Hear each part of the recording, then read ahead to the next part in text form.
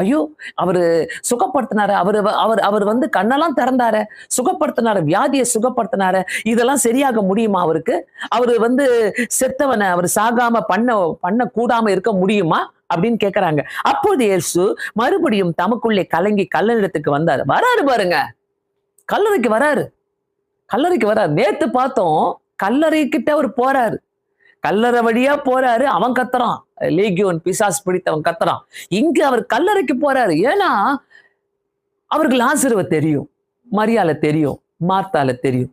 பிரியமானவர்களே, கர்த்தர் நம்முடைய வாழ்க்கையில ஒரு அற்புதம் செஞ்சிருக்கணும்னாக்கா கர்த்தருக்கு நம்மள தெரிஞ்சிருக்கணும், உங்களுக்கு கர்த்தரை தெரியணும். இல்லைன்னா இட்ஸ் நாட் ஈஸி, அது ரொம்ப கஷ்டம்.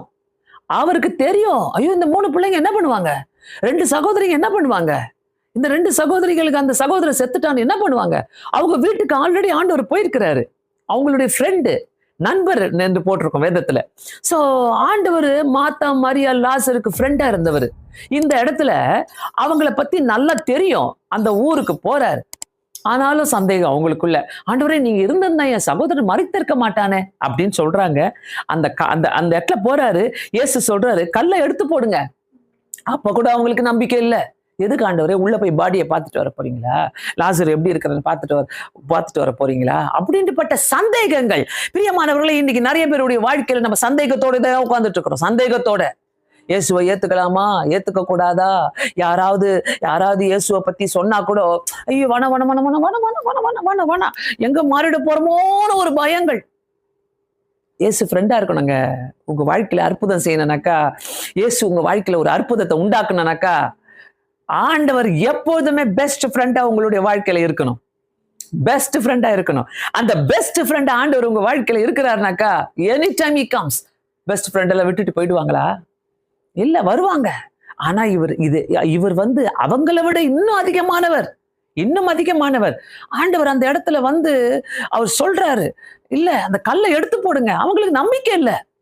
அந்த மார்த்தாள் ஓடி வந்து சொல்றாங்க அவரை நோக்கி, ஆண்டவரே இப்பொழுது 4 நாள் ஆயிட்ட. ஆண்டவருக்கு என்ன 4 நாளா? ஆண்டவர் அதை அறிகுறியாக செஞ்சு காட்டிட்டு போறாரு. 3 நாள் கழிச்சு நான் உயிர் தெழுவேன்.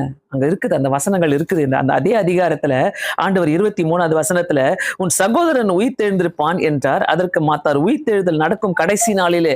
அந்த உயிர் தெழுதலை பத்தி தான் பேசுறாரு.